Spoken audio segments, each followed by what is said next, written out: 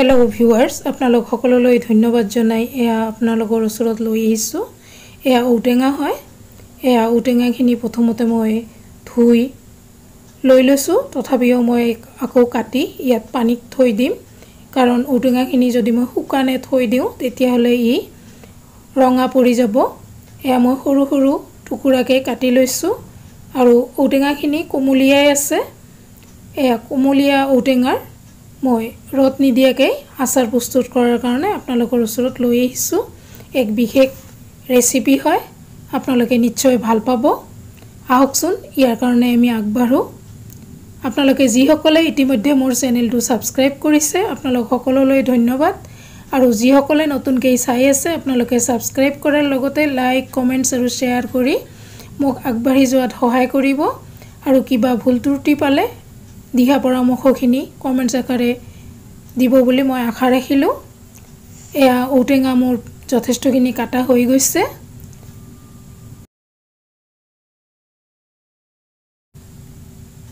আৰু এক টুকুৰা আছে এখিনি কাটি লৈ মই নেক্সট স্টেপ লৈ আগবাঢ়িম আহকচোন আপোনালোকে চাই থাকক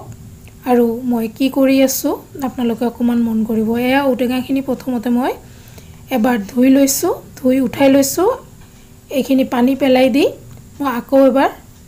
ইয়াক ধুই উঠাই লৈ লম এয়া মই কুকাৰ লৈ লৈছো কুকাৰত ঔটেঙাখিনি মই সম্পূৰ্ণকে উঠাই লৈ আছো এয়া উঠুৱা হৈ গৈছে তাতে দি দিছো নিমখ দি তাতে এক গ্লাস পানী দি দিছো আৰু এয়া ঢাকনা মাৰি মই জুইত বহাই দি ইয়াক 4টা সিটি মাৰি লৈ লৈছো ঔটেঙাখিনি হৈ গৈছে এয়া মই ধুনিয়াকে উলিয়াই লৈ লৈছো আৰু পানীখিনি নিগৰাই লৈ আছো এয়া পানীখিনি মই নিগৰাবলৈ থৈ দিছো এখিনি পানী যথেষ্টখিনি নিগৰি যাব তাৰ পিছত মই এয়া লৈ লৈছো আদা নহৰু আৰু কেঁচা জলকীয়া অলপ অলপ কাটি কেৰাহী বহাই দিছো তাতে দি দিছো তেল 100 গ্ৰামৰ নিচিনা তেল দি দিছো তাতে দি দিছো শুকান জলকীয়া আৰু পাঁচফোৰণ এখিনি দি ধুনিয়াকে যেতিয়া গৰম হৈ আহিছে মই ঔটেঙাখিনি তাতে দি এবাৰ ধুনিয়াকে ইয়াক লৰাই দি আছো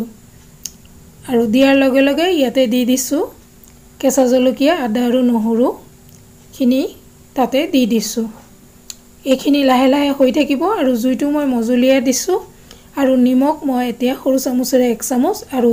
হালধি গুৰি দি দিছো চামুচেৰে 1 চামুচ এখিনি দি এবাৰ ধুনিয়াকে লৰাই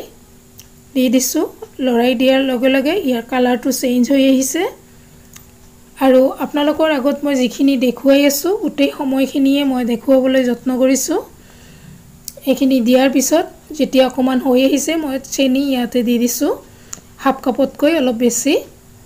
এখিনি দিয়াৰ পিছত চেনিখিনি দিও মই ধুনিয়াকে লৰাই দিছো এখিনিও লাহে লাহে চেনিখিনি গলি যাব আৰু লগতে পানীখিনিও লাহে লাহে নোহোৱা হৈ আহিব এনেকৈ ধুনিয়াকৈ মই কৰি লৈ লম ঔটেঙাৰ আচাৰ বিভিন্ন প্ৰকাৰে কৰিব পাৰি কিন্তু এনেকৈ কৰিলে ই খাবলৈ বহুত টেষ্টি হয় আৰু বহুত দিনলৈকে ইয়াক সংৰক্ষণ কৰিও ৰাখিব পাৰি এয়া যথেষ্টখিনি হৈ আহিছে এতিয়া ইয়াতে দি দিম শুকান জলকীয়া গুৰি 1 চামুচ আৰু কাশ্মীৰী জলকীয়া গুৰি 1 চামুচকৈ বেছি আৰু দি দিছো এয়া আচাৰৰ মছলা 5 চামুচ মান একেলগে মই দি দিছো এখিনি দি ধুনিয়াকৈ লৰাই দি দিছো ইতিমধ্যে মোৰ প্ৰায় তেলখিনি পানীখিনি নোহোৱা হৈ গৈছে তেলখিনি উপঙি উঠিছে আৰু ইয়াতে মই নেমু এক ফাল চেপি দি দিছো কাৰণ মই ইয়াত ভিনেগাৰ দিয়া নাই আৰু ইতিমধ্যে চাওক পানীখিনি নোহোৱা হৈ গৈছে তেল উপঙি উঠিছে ইয়াকে বুজাইছে এখিনি হৈ আহিছে এতিয়া এখিনিক মই হৈ গৈছে নমাই লৈ লম এয়া নমাই লৈ লৈছো আৰু ঠাণ্ডা হোৱাৰ পিছত তেলখিনি ভিতৰলৈ সোমাই গৈছে আৰু যথেষ্ট তেলো দিয়া নাই বহুত কম তেলত এই আচাৰখিনি মই প্ৰস্তুত কৰিছো এতিয়া এইখিনিক মই বয়াম এটাত ভৰাই লৈ লম এয়া কাঁচৰ বয়াম হয় বৈয়ামটো ধুনীয়াকৈ গৰম পানীত উতলাই শুকাই লৈ লৈছোঁ আৰু এইখিনিক ধুনীয়াকৈ মই ভৰাই লৈ আছোঁ।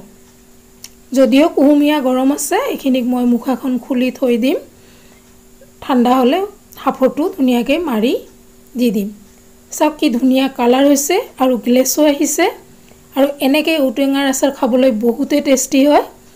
আপোনালোকে নিশ্চয় ভাল পাব আৰু এনেকৈ প্ৰস্তুত কৰি বছৰ জুৰি সংৰক্ষণ কৰিব। আপোনালোক সকলোলৈ ধন্যবাদ জনাই আজিলৈ সামৰিছোঁ।